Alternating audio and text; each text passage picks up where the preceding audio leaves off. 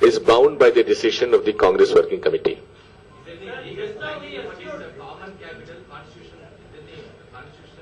No, there is no difficulty. There is a legal provision which has been taken care of. One second. That's what just now CM Kiran was assuring the Simandra leaders that in draft bill itself it was mentioned 371D should be altered.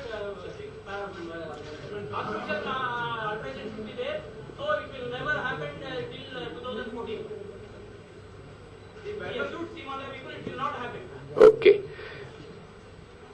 I have not seen the draft bill, but the fact remains that the Government of India legal department has gone through the drafting of the bill, and after the comments and the clause by clause views are obtained in the Andhra Pradesh Assembly, the cabinet would again look at it and take appropriate action. I hope bifurcation will go smoothly. I hope so. It's the same. Then you said CWC resolution and then followed by union cabinet decision and then drafting of the bill and everything is fine. Actually, fix a timeline for this formation because these Simandra ministers or CM or whatever, they are trying to delay it. They are trying to delay it till the next election. No. The President, Honorable President has given the State Assembly a time period of 40 days, and they have to send back their opinion and considered view to the Honorable President within 40 days, that is before 23rd of January.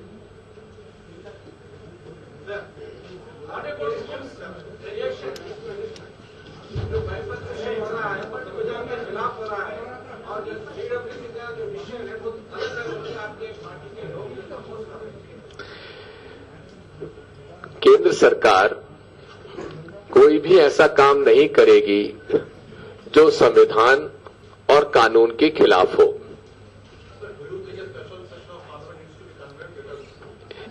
The Government of India, Honorable Parliament, and along with the discussion with the opposition parties, can request Honorable President to convene a special session of the Parliament for any specific reason. Do you feel about CM's statements and other Simandra people? How do you feel about that? It's a free country. Everyone has a right to express his views. But they want to your party. There has been a demand, latest demand from Telangana minister and Telangana leader for removing the chief minister because he is trying to They've met me and no one demanded that.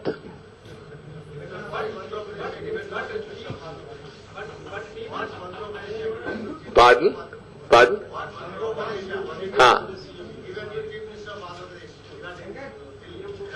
What a General Secretary should give it to a Chief Minister.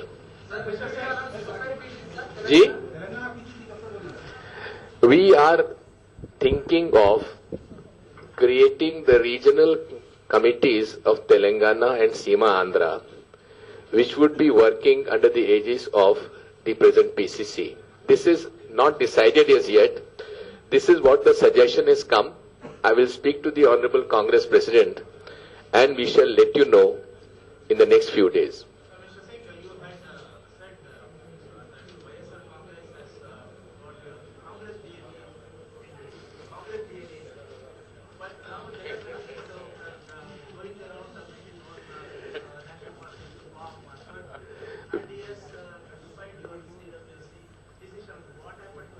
Have you asked this to Jagan?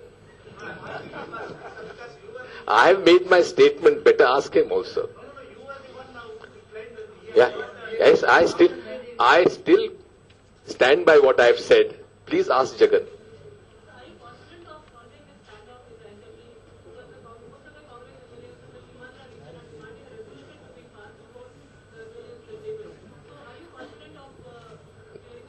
this is a matter which has to be discussed and decided by the Business Advisory Committee.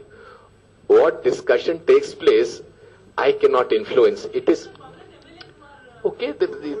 If see the speaker, honorable speaker, and the Business Advisory Committee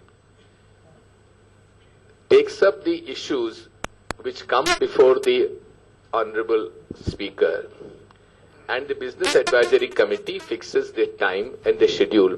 I have nothing to say in that. What is your expectation from TRS? You are writing that smooth process. What is your expectation from TRS? Well, I would only say and remind Mr. Chandrasekhar Rao Sahab that he had said that if Telangana state is created, he will gladly merge his party with the Congress party.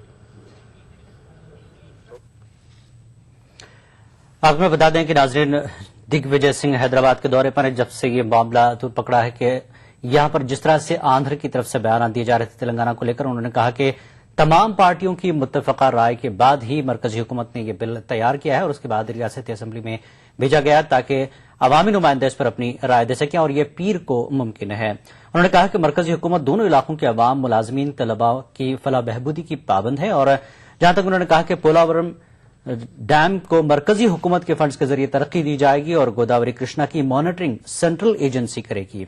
और उन्होंने एक बात और कही है कि गैर जरूरी बयानात दोनों तरफ के लीडर देकर आवाम को बेचैन न करें। वक्त एक छोटे से ब्रेक के बाद फिर लौटेंगे।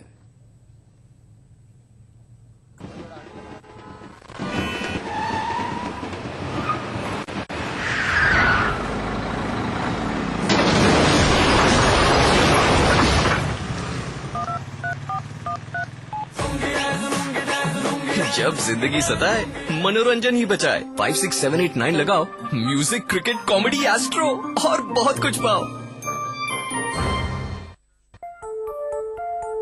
क्या आप कुछ छुपा तो नहीं रहे? Property transaction, cash deposit,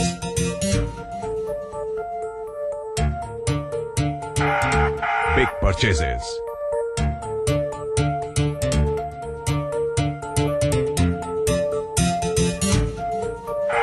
purchase of shares, bonds and debentures, कुछ छुपाइए नहीं, क्योंकि हम सब जानते हैं।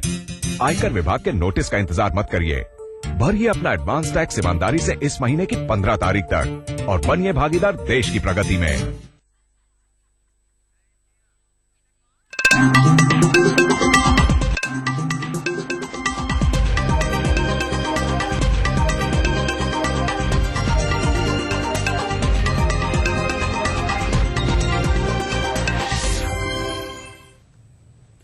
खबरनामे में एक बार फिर आपका खैर मकदम है। चारा घोटाले में कसूरवार ठहराए गए आरजेडी लीडर लालू यादव के लिए आज का दिन बहुत राहत भरा रहा। सुप्रीम कोर्ट ने उनकी जमानत अर्जी को कबूल कर लिया है। रांची की मकामी अदालत लालू को 5 बरस की कैद की सजा सुना चुकी है। गुज़श्ता 2 माह से लालू जेल में हैं। जस्टिस रंजन गोगोई की बेंच ने ट्रायल को जमानत पर रिहाई से मुताल्लिक जरूरी कार्रवाई करने को कहा। सुप्रीम कोर्ट में सीबीआई ने लालू की जमानत अर्जी की मुखालफत की।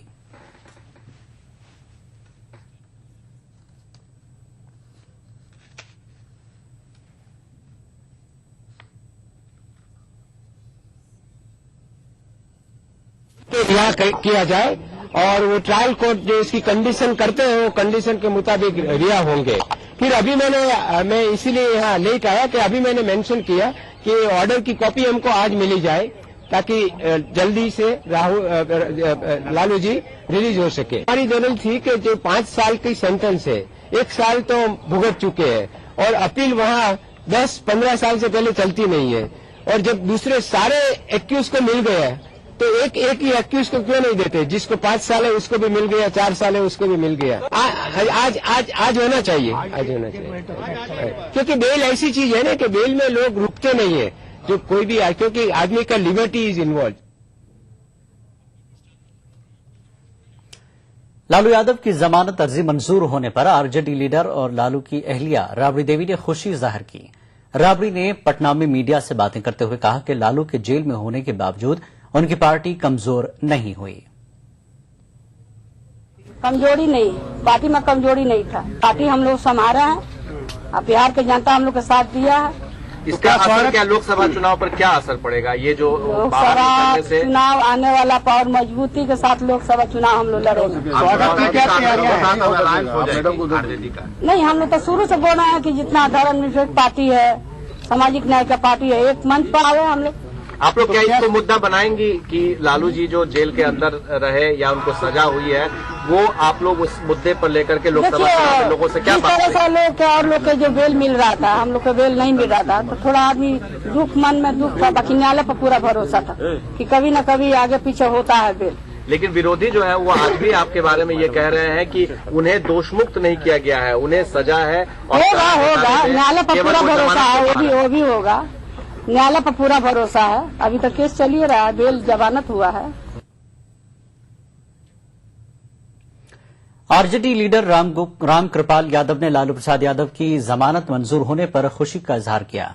राम कृपाल यादव ने कहा कि लालू बेकसूर हैं और उन्हें साजिश के तहत फंसाया गया है। लालू जी निर्दोष हैं और मैं समझता हूं कि सुप्रीम कोर्ट ने न्याय किया है। हम इसका स्वागत करते हैं। मुझे भरोसा है आज बिल मिला, कल बिल्कुल वो बरी होंगे, क्योंकि ये साजिश के शिकार हुए थे लालू जी। आज बड़ा उत्साह है, पूरे देश में उत्साह है। लालू जी के बेल हो जाने के बाद पार्टी में एक नई ऊर्जा, नई जान आ गई है। जेडीयू ने भी लालू प्रसाद यादव की जमानत मंजूर होने पर खुशी जाहिर की है। जेडीयू लीडर शिवानंद तिवारी ने कहा कि लालू यादव ने मुल्क की सियासत में अहम किरदार अदा किया है। दोस्त हैं, अब ये हम कहें कि उनको जमानत मिली और हमको खुशी नहीं हुई तो गलत बात होगी। मुझको अच्छा लगा जमानत मिली। इस देश में जो पेशेवर अपराधी हैं, जो डकैती करने वाले, हत्या करने वाले लोग हैं, उनको कोर्ट जो है जमानत देती है। तो लालू यादव एक नेता हैं और मजबूत नेता रहे हैं। देश की राजनीति में उन्होंने अहम भूमिका निभाई है, इसलिए उनको बेल मिला, ये ठीक हुआ।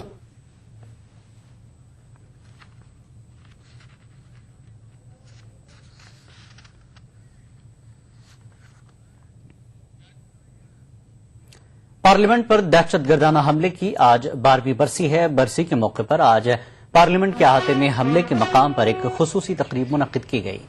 नायब सदर हामिद अंसारी, वजीर आजम डॉक्टर मनमोहन सिंह, लोकसभा स्पीकर मीरा कुमार और कई मरकजी वुज़रा ने शहीदों की तस्वीर पर गुलहाए अक़ीदत पेश किए। 13 दिसंबर 2011 को 5 दहशतगर्दों ने पार्लियामेंट पर हमला किया था। दहशतगर्दों से मुकाबले में 6 सिक्योरिटी एहलकार शहीद हुए थे और 18 अफराद जख्मी हुए थे। सलामती जवानों की कार्रवाई में 5 हमलावर हलाक हो गए थे। इस हमले के लिए सुप्रीम कोर्ट ने अफजल गुरु को कसूरवार करार दिया था। 9 फरवरी 2013 को अफजल गुरु को फांसी दी गई थी।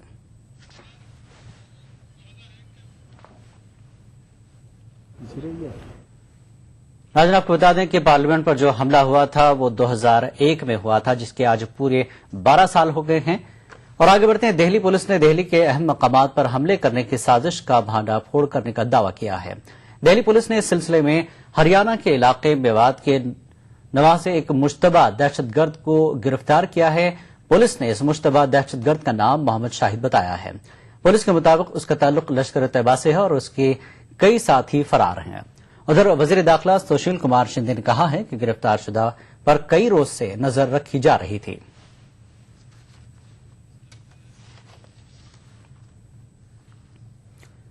कांग्रेस के नायब सदर राहुल गांधी आज मुल्क के मुख्तलिफ मकामात से ताल्लुक रखने वाली दर्ज फहरिस्त जातों की 100 से ज्यादा तंजीमों के नुमाइंदों से मुलाकात करेंगे।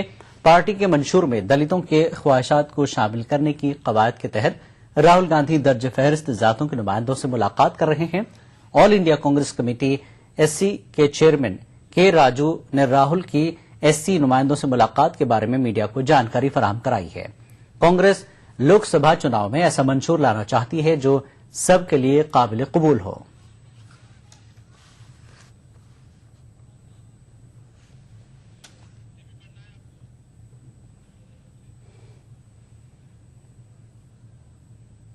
आंध्र प्रदेश असेंबली के इजलास के दूसरे रोज आज रियासत की तकसीम को लेकर जबरदस्त हंगामा हुआ। तेलंगाना हामी जमातों के लीडरों ने इजलास के आगाज से कबल पोडियम के करीब धरना दिया और हाथों में प्ले कार्ड थामकर तेलंगाना की हिमायत में नारे लगाए, जबकि इजलास के आगाज के साथ ही सीमांध्रा के कांग्रेस, तेलुगुदेशम और वाईएसआरसीपी के अरकान भी पोडियम के करीब पहुंच गए और मुत्तहदा आंध्र प्रदेश की हिमायत में नारे बुलंद किए। बार बार अपील के बावजूद एहतजाज जारी रहने पर असेंबली स्पीकर एन मनोहर ने इजलास को 2 मरतबा मुलतवी कर दिया। ताहम इजलास के दोबारा आगाज के बाद सूरत हाल में किसी किस्म की तब्दीली न आने पर स्पीकर ने इजलास को पीर तक के लिए मुलतवी कर दिया, जबकि स्पीकर ने मुख्तलिफ जमातों की जानिब से पेश करदा तहरीक इल्तिबा को मुस्तरद कर दिया।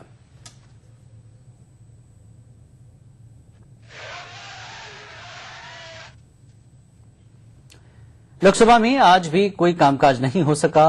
एंट्रेंट के जरिए सुप्रीम कोर्ट के साबिक जज जस्टिस गांगुली पर लगाए गए इल्जामात के पस मंजर में गांगुली के खिलाफ कार्रवाई और तेलंगाना के मामले पर ऐवान में बीजेपी और टीएमसी अरकान ने हंगामा किया। हंगामे के सबब सीमांध्रा अरकान के जरिए पेश अदम एतमाद की तहरीक पर आज भी बहस नहीं हो सकी। स्पीकर मीरा कुमार ने कार्रवाई पीर तक के लिए मुलतवी कर दी।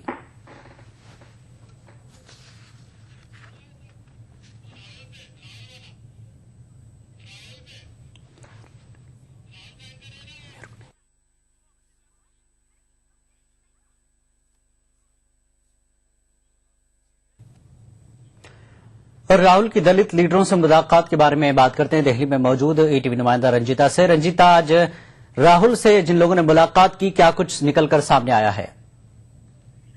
जी बिल्कुल, देखिए मुलाकात एक दौर का हो चुका है, लेकिन शाम 6 बजे राहुल गांधी जवाहर भवन में एक बैठक बुलाई है उन्होंने, जिसमें दलित चीजों को शामिल किया जाएगा और वो अपनी राय रखेंगे कि आखिर 2014 के लोकसभा चुनाव में कांग्रेस अपने घोषणा पत्र में किन चीजों का जिक्र करे, किन तरह की चीजें जो है वो मुहैया कराई जाए दलित और जो पिछड़ी जातियां हैं उनको, जिससे पार्टी को लाभ हो सके। पहली बार इस तरह की चीजें हो रही है जो सबसे खास है कांग्रेस के लिए। पहली बार कांग्रेस इस तरह का प्रयोग कर रही है। ये हालांकि ये राहुल गांधी की पहल है। राहुल गांधी ने ये पहल की थी कि जो आम जनता है, जो युवा है, वहां से लेकर जो पिछड़े और दलित है, जिनको राजनीति में ही क्या उनकी अपनी राय भी नहीं ली जाती किसी भी राजनीतिक विषयों में, किसी भी विकास के कार्यों में, उन सबको अब शामिल किया जाएगा कांग्रेस के घोषणा पत्र में। वो अपनी राय बता सकते हैं। इसके साथ ही ये भी खबर है कि राहुल गांधी की जो अगली बैठक इस तरह से घोषणा पत्र को लेकर होनी है वो बेंगलोर में होगी। वो युवाओं के साथ वो बैठक होगी। जाहिर तौर पर कांग्रेस को 2014 में मोदी को भी मोदी एक बड़ा चैलेंज है कहीं न कहीं कांग्रेस के लिए, और उसको टक्कर देने के लिए राहुल गांधी की ये कोशिश रहेगी कि जो आम जनता है उसके मुताबिक घोषणा पत्र बनाए कांग्रेस पर, कहीं न कहीं लोकसभा चुनाव में कांग्रेस की जीत हो और फिर यूपीए की सरकार बने। जी रंजीता, जिस तरह से राहुल का झुकाव जिस तरह से नौजवानों पर नजर आ रहा है, हालिया जो इलेक्शंस हुए थे जिस तरह के नतीजे सामने आए उसमें नौजवानों की भूमिका काफी अहम रही थी, ये एक वजह हो सकती है। और दूसरी बात, क्या उत्तर प्रदेश को जहन में रखकर, क्योंकि लोकसभा के इंतखाबात में एक बहुत बड़ी तादाद में लोकसभा की सीटें उत्तर प्रदेश से आती हैं, तो क्या दलितों की तरफ एक तरह से यह झुकाव को माना जाए?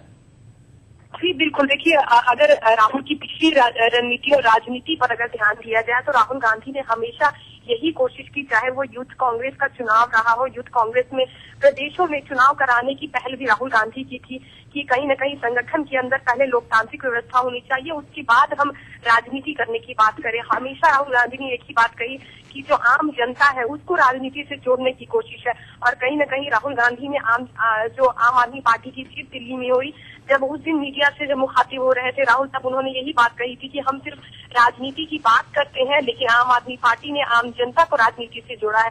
तो राहुल को भी यही लगता है कि नए समय में नए प्रयोग की जरूरत है, युवाओं को साथ लेकर चलना पड़ेगा। इसके साथ ही जो कांग्रेस का वोट बैंक है, जो पिछले कांग्रेस का अगर इतिहास देखा जाए, कहीं न कहीं रहा है कांग्रेस का, और इसको भी अपने जो पुराने वोट बैंक है उनको भी कहीं न कहीं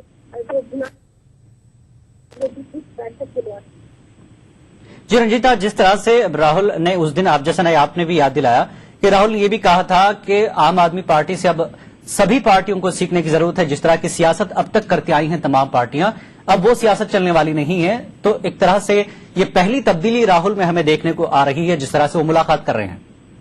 जी बिल्कुल, बात की तो उन्होंने यही कहा कि जो आम जनता चाहती है, जो वोटर कहना चाहते थे कांग्रेस से, इसको ना ही मैं दिमाग से बल्कि दिल से मैं समझ रहा हूँ। जनता चाहती है, क्या चाहती है कांग्रेस। ऐसा नहीं है कि कांग्रेस अगर 4 विधानसभा चुनाव में अगर पार्टी हार चुकी है तो हम अपना फैसला खो देंगे। उसी मजबूरी के साथ कांग्रेस काम करेगी और आम जनता जो भी उम्मीद कांग्रेस से चाहती है वो कांग्रेस अपने अंदर वो बदलाव लाएगी और उसी जोश और खरोश के साथ ही लोकसभा चुनाव हम लड़ेंगे। इस तरह की कोशिश राहुल गांधी की थी और भाषण भी राहुल गांधी ने कुछ ऐसा ही दिया था।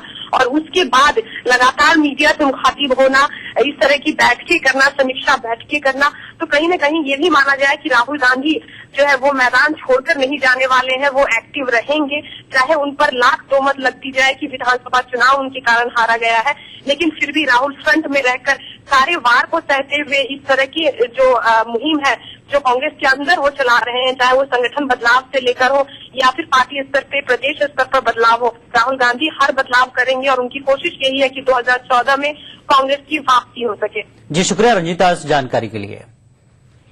ये थी हमारी नुमाइंदा रंजीता दिल्ली से तफसीलात दे रही थी। जिस तरह से राहुल गांधी ने एक बार फिर कोशिश शुरू की, उनकी हिम्मत ने जवाब नहीं दिया है। वो दलितों को अब पार्टी से जोड़ना चाहते हैं, आम आदमी यानी आम जो जनता है उनको जोड़ना चाहती है पार्टी से। उनकी ख्वाहिशात के मुताबिक मैनिफेस्टो तैयार किया जाए ताकि आम जनता को पार्टी से जोड़ा जा सके। वक्त एक ब्रेक का, ब्रेक के बाद फिर लौटेंगे।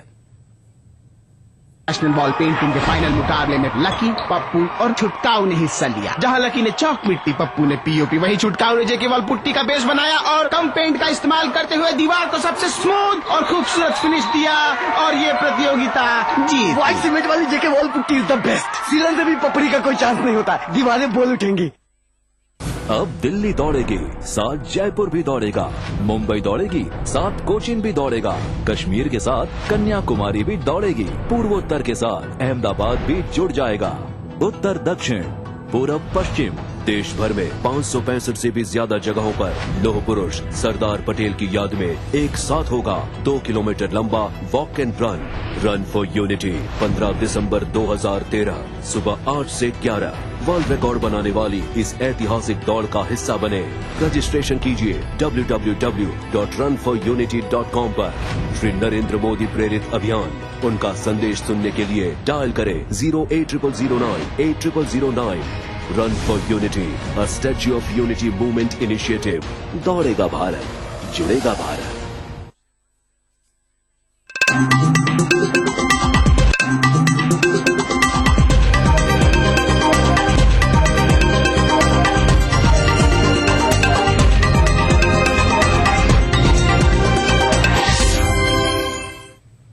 खबरनामे में एक बार फिर आपका खैर मकदम है। उत्तर प्रदेश पुलिस ने एसआईटी से मुजफ्फरनगर फर्रुखावाना फसाद की जांच इस माह के आखिर तक मुकम्मल कर लेने को कहा है। Additional DG police law and order Mukul Goyal के मुताबिक एसआईटी से मुजफ्फरनगर, शामली और बागपत में हुए फर्रुखावाना फसादात की जांच इस माह के आखिर तक मुकम्मल करने को कह दिया गया है। ये बात उन्होंने एसआईटी हुकाम के साथ गुफ्तगू के बाद बताई।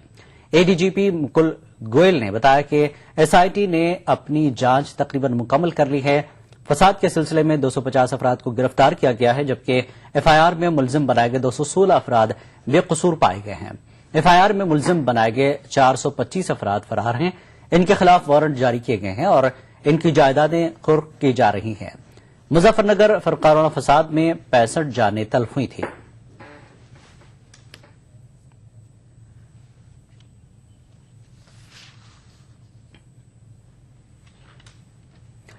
आम आदमी पार्टी ने दिल्ली में हुकूमत साजी से इनकार पर बीजेपी को शदीद तनकीद का निशाना बनाया।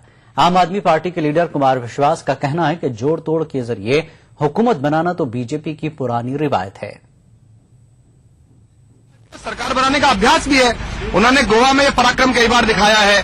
केंद्र सरकार में सुखराम के खिलाफ खूब आंदोलन करने के बाद 6 महीने बाद उन्हीं सुखराम के साथ ये पराक्रम उन्होंने हिमाचल प्रदेश में दिखाया था। शिबू सोरेन जी के खिलाफ प्रदर्शन करने के बाद और लोकसभा में सवाल उठाने के बाद उन्होंने झारखंड में दिखाया था। उत्तर प्रदेश में तो 105 दागियों को उन्होंने मंत्री बनाया था। आदरणीय राजा भैया पहली बार उन्हीं के नेतृत्व में जनप्रतिनिधि बनकर आए थे। तो उनकी जो विद्वत्ता और उनका जो अभ्यास रहा है इस तरह की सरकार बनाने का, हमें उस पर बड़ा भरोसा था और देश को भी भरोसा था। लेकिन अब उन्होंने एक नया आदर्श प्रस्तुत किया है कि वो जिसके मैनिफेस्टो के खिलाफ भी चुनाव लड़ेंगे उसके साथ गठबंधन नहीं करेंगे। तो हम भी उम्मीद करते हैं कि नवीन पटनायक से लेकर चंद्रबाबू नायडू तक और माया ममता जयललिता से लेकर बाकी विकल्पों तक देश में वो जिसके खिलाफ भी चुनाव लड़ेंगे, हम ये उम्मीद करते हैं कि आज के बाद से वो इस तरह की गठबंधन और इस तरह की जोड़ तोड़ से परहेज करें। दिल्ली में हुकूमत बनाने में आनाकानी करने पर मरकजी वजीर कपिल सिब्बल ने बीजेपी और आप की तनकीद की है।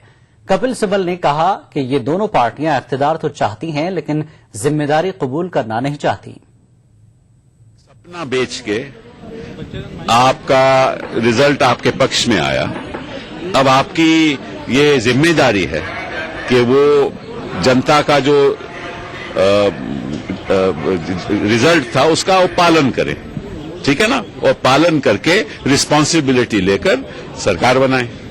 जो नहीं बनाना चाहता वो साफ जाहिर है कि वो सत्ता तो चाहता है, क्योंकि कहता है अगली बार मुझे शायद 36 मिल जाएं। सत्ता तो चाहता है लेकिन रिस्पांसिबिलिटी नहीं चाहता। वसुंधरा राजे ने आज राजस्थान की नई वज़ीर आला के तौर पर हलफ लिया। जयपुर में मुनक्किद एक शानदार तकरीब में गवर्नर मार्गरेट आल्वा ने वसुंधरा को ओहदे और राजदारी का हलफ दिलाया। दोपहर 1:10 पर वसुंधरा ने ईश्वर के नाम पर हलफ लिया। हलफ बर्दारी की तकरीब में बीजेपी के कई सीनियर लीडरान एलके अडवाणी, जसवंत सिंह, राजनाथ सिंह, बीजेपी के वज़ारत-ए-उज़्मा के उम्मीदवार नरेंद्र मोदी, एमपी के वज़ीर आला शिवराज सिंह चौहान, छत्तीसगढ़ के वज़ीर आला रमन सिंह, अनंत कुमार, वेंकैया नायडू ने शिरकत की। हलफ बर्दारी से कबल वसुंधरा ने मजहबी पेशवाओं से आशीर्वाद लिया। वसुंधरा राजस्थान की 13वीं वज़ीर आला है। संविधान और विधि के अनुसार न्याय करूंगी। मैं वसुंधरा राजे ईश्वर की शपथ लेती हूं कि जो विषय राजस्थान राज्य के मुख्यमंत्री के रूप में मेरे विचार के लिए लाया जाएगा अथवा मुझे ज्ञात होगा, उसे किसी व्यक्ति या व्यक्तियों को तब के सिवाय जबकि ऐसे मंत्री के रूप में अपने कर्तव्यों के सम्यक निर्वहन के लिए ऐसा करना अपेक्षित हो, मैं प्रत्यक्ष अथवा अप्रत्यक्ष रूप से संसूचित या प्रकट नहीं करूंगी।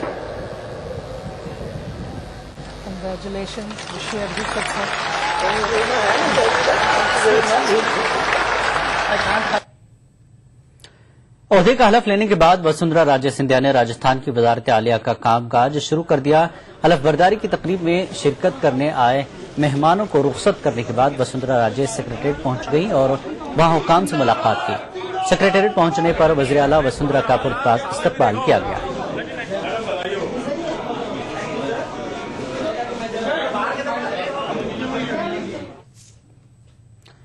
वसुंधरा राजे राजस्थान की पहली खातून वज़ीर आला हैं। 2003 में उन्होंने पहली बार वज़ारत आला के ओहदे का हलफ लिया था। वसुंधरा मरकजी वजीर भी रह चुकी हैं। वसुंधरा राजे को एक कामयाब सियासतदान के तौर पर जाना जाता है। वसुंधरा को सियासत विरासत में मिली है। वसुंधरा की वालिदा विजय राजे सिंधिया और बड़े भाई माधवराव सिंधिया भी सरगर्म सियासतदान थे। वसुंधरा ने 1985 में सरगर्म सियासत में दाखिला लिया और पहली बार राजस्थान असेंबली के लिए मुंतखब हुई। 1989 में वसुंधरा ने पहली बार लोकसभा इंतखाबात में हिस्सा लिया और कामयाबी हासिल की। इस तरह 2003 तक वो लोकसभा के लिए मुंतखब होती रहीं। 2003 में राजस्थान में हुए असेंबली इंतखाबात में वसुंधरा ने बीजेपी की कामयाब क़यादत की और पार्टी को असेंबली में अक्सरियत दिलाई। 2003 में वसुंधरा ने राजस्थान की पहली खातून वज़ीर आला के तौर पर हलफ लेकर एक तारीख रकम की। 2008 के असेंबली इंतखाबात में बीजेपी को शिकस्त हुई, ताहम वसुंधरा राजे ने शिकस्त से सबक लिया और 5 वर्षों के दौरान पार्टी की बुनियादों को मजबूत बनाने का काम शुरू किया। 2013 में इसके नताइज भी सामने आए। 8 दिसंबर को आए नताइज में वसुंधरा की क़यादत में बीजेपी ने कामयाबी के तमाम रिकॉर्ड तोड़ डाले। 199 सीटों में बीजेपी के 160 उम्मीदवारों ने कामयाबी दर्ज की। वसुंधरा राजे 1998 से 2003 तक वाजपेयी काबीना में मरकजी वजीर भी रह चुकी हैं। वसुंधरा राजे का ताल्लुक मध्य प्रदेश की साबिका रियासत ग्वालियर के शाही खानदान से है। वसुंधरा 8 मार्च 1953 को विजय राजे सिंधिया और जिवाजीराव सिंधिया के घर मुंबई में पैदा हुई। वसुंधरा की इब्तिदाई तालीम तमिलनाडु के कोडाईकनाल में हुई। फिर उन्होंने मुंबई यूनिवर्सिटी से इकोनॉमिक्स और पॉलिटिकल साइंस में डिग्री हासिल की। वसुंधरा की शादी धौलपुर के शाही खानदान के रुकन हेमंत सिंह से हुई। वसुंधरा